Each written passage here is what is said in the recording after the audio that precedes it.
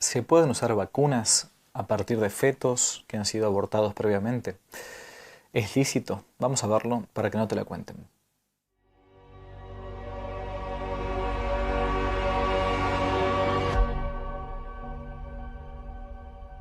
Queridos amigos de Que no te la cuenten, soy el padre Javier Olivera Rabasi. Y más de una vez en los últimos meses nos han consultado acerca de un tema bastante polémico, como es la licitud o no de utilizar las vacunas que se realizan a partir de células de fetos abortados. Abortados adrede, nos referimos. Y esto se ha puesto muy en boga a partir del fenómeno del COVID, porque algunas de las vacunas que hoy por hoy están dando vuelta, y yo no entro en el tema de la fertilidad o no del efecto de la vacuna, sino de las vacunas en general, se habla de que han sido realizadas a partir de embriones, de fetos, es decir, fetos que se han hecho a tal efecto. Es por eso que nos parecía importante dar un poco de luz sobre este tema. Pero antes de tocarlo, es preciso hacer una clarificación que todo moralista serio quizás ya conoce, pero estamos hablando acá para un público más bien en general. Y nos referimos a lo que se llama la cooperación, al pecado de otro. Intentamos ser los más didácticos posibles, ¿no? Y podemos decir que la cooperación se puede llegar a definir como el concurso físico o moral a la obra de otro, a diferencia del escándalo, que consiste en un acto que da ocasión a el acto malo del prójimo.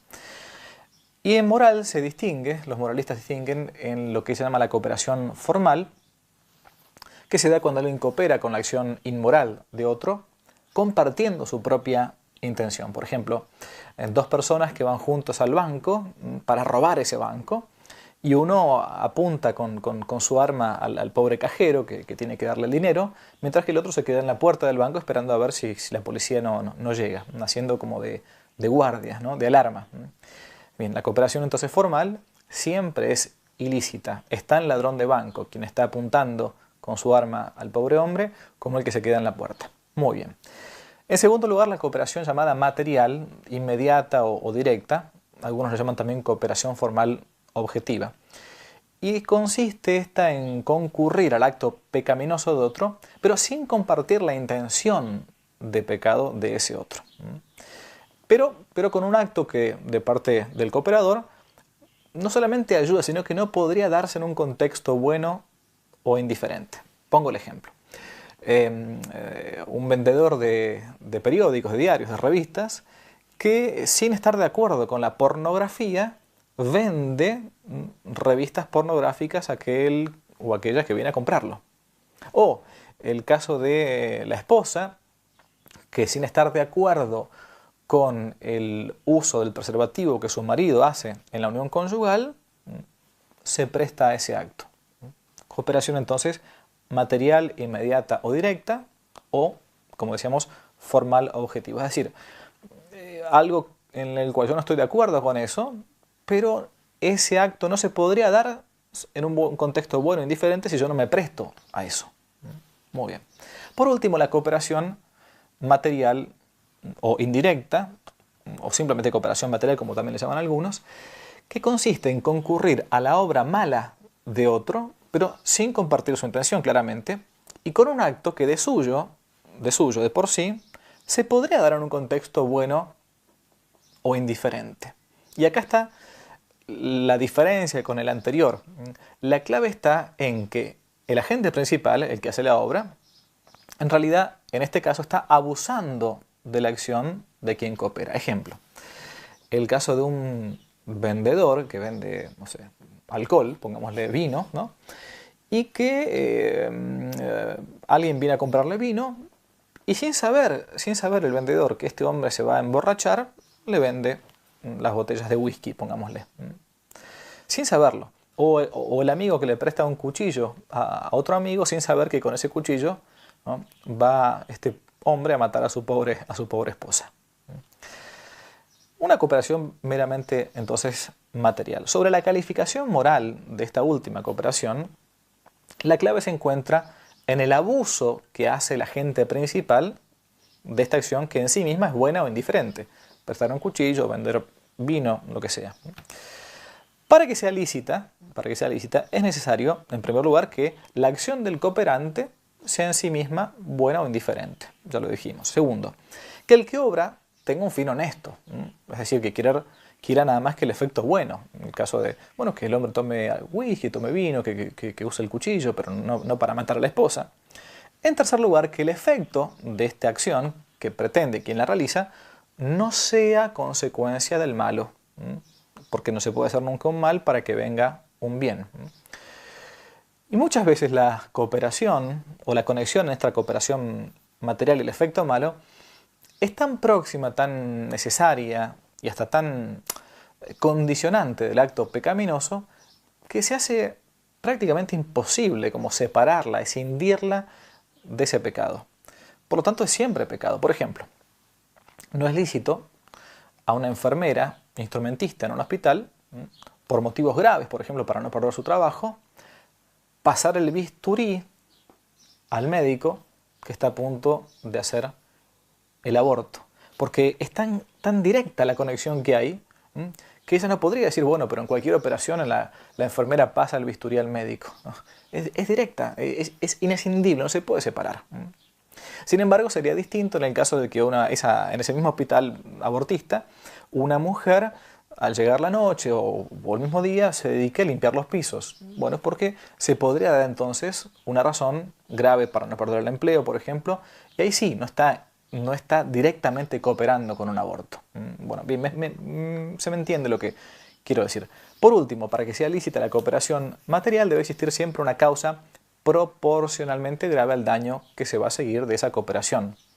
Sin embargo, nunca existen causas proporcionadas a ciertos daños muy graves o a un escándalo teológico que con mi acción puramente de cooperación material puede existir, puede darse. Un ejemplo entonces, uno más, de cooperación material que sea lícita, se da cuando aún sabiendo que parte de nuestros impuestos, quiero decir, van a servir presumiblemente para financiar campañas inmorales, ¿no? Las campañas de, entre comillas, educación sexual integral, que son barbaridades, pero sin tener exacta certeza de todo esto, uno entonces podría llegar a cooperar. O cuando compramos, por ejemplo, ropa que dice hecha en China, probablemente entonces uno pueda pensar presumiblemente que exista una explotación laboral o explotación laboral infantil, que es peor. Pero estas acciones no solamente que son pasivas, sino que la conexión con el posible pecado es muy remota e incluso difícilmente corroborable. Hasta aquí entonces un poco de lo que es la cooperación. Vamos al tema puntual de las vacunas y los fetos abortados. ¿Qué hacer entonces con las vacunas elaboradas a partir de líneas celulares fetales de niños que han sido abortados para ese efecto? La pregunta es, ¿pecan quienes la administran o la reciben consciente y voluntariamente sabiendo que son fruto de fetos abortados con esta finalidad? A nuestro humilde entender, en este caso, no solamente puede haber una cooperación material ilícita, sino también puede ser motivo de un grave escándalo teológico para nuestro prójimo. Y es verdad, se nos va a decir que hace ya 15 años la Pontificia Academia para la Vida, año 2005, escribió una carta firmada por el entonces Monseñor Elio Segreccia, posteriormente Cardenal Segreccia, en un documento titulado así, Reflexiones morales acerca de las vacunas preparadas a partir de células provenientes de fetos humanos abortados.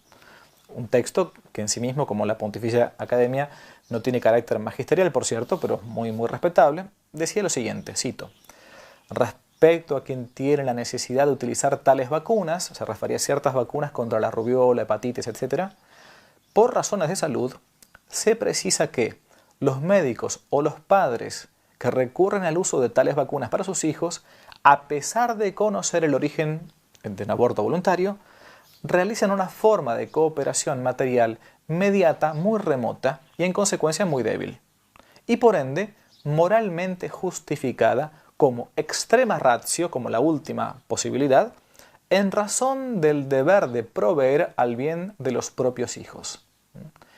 Pero, agregaba al final, tal cooperación acontece en un contexto de constricción moral de la conciencia de los progenitores, que están sometidos a la alternativa de obrar contra la conciencia o de poner en peligro la salud de los propios hijos y de la población general.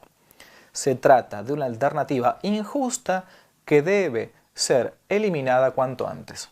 Es decir, como que dejaba un poco la puerta abierta, pero a su vez decía que en realidad es obrar contra la propia conciencia, la conciencia recta. Como, en fin, voy a estar yo en contra del aborto, pero resulta que después a favor de utilizar los frutos de ese aborto.